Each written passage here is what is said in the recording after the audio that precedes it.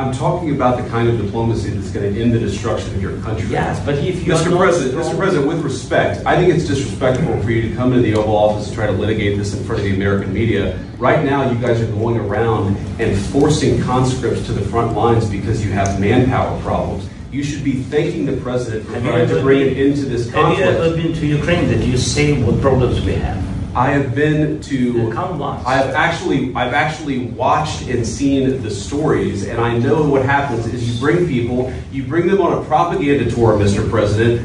Do you disagree that you've had problems bringing people in your military? And do you think that it's respectful to come to the Oval Office of the United States of America and attack the administration that is trying to prevent the destruction of your country? A lot of questions. Let's start from the beginning. Sure. First of all, during the war, everybody has problems. Even you, but you have nice ocean and don't feel now, but you will feel it in the future. God bless. You don't know that. God bless. You don't God know. bless. You will not have a war. Don't tell us what we're going to feel.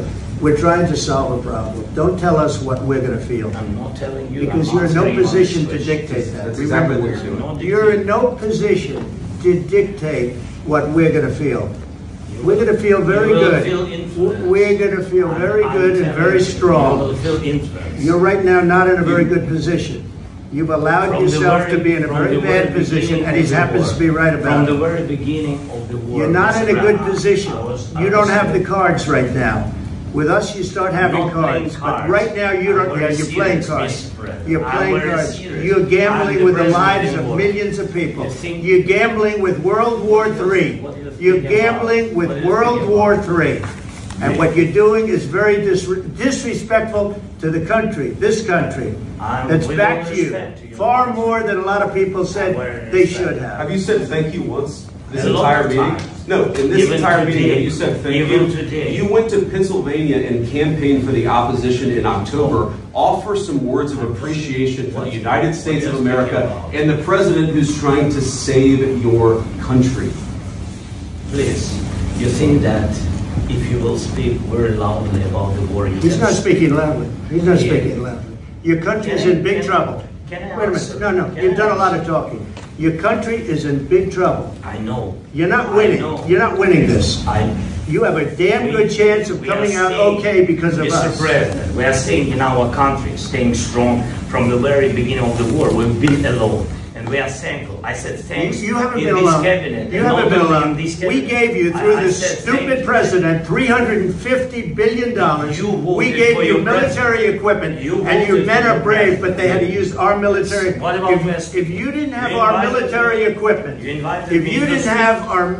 equipment, this war would have been over in 2 weeks. In 3 days. I heard it from Putin. In 3 days. This is something maybe less. In 2 weeks, of course, yes. It's going to be a very hard thing to do business like this. Again, just say thank you. I said a lot of times to American people. Accept that there are disagreements, and let's go litigate those disagreements rather than trying to fight it out in the American media when you're wrong.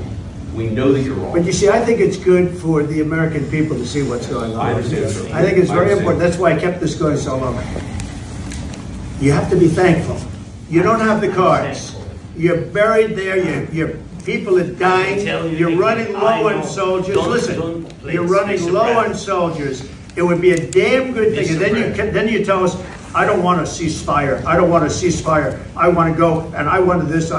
Look, if you could get a ceasefire right now, I tell you, you take it so the bullets stop flying and your men stop getting killed. Of course we want to stop the war. But you're saying you don't want a ceasefire. I want a ceasefire. Because you'll get a ceasefire faster than an agreement. Ask our people about ceasefire, what they think. That wasn't with me.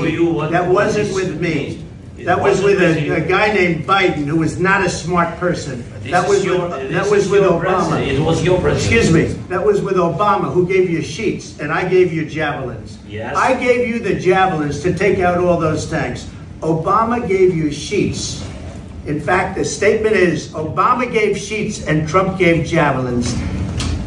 You got to be more thankful, because let me tell you, you don't have the cards. With us, you have the cards. But without us, you don't have any cards. One more question to Mr. Vice President.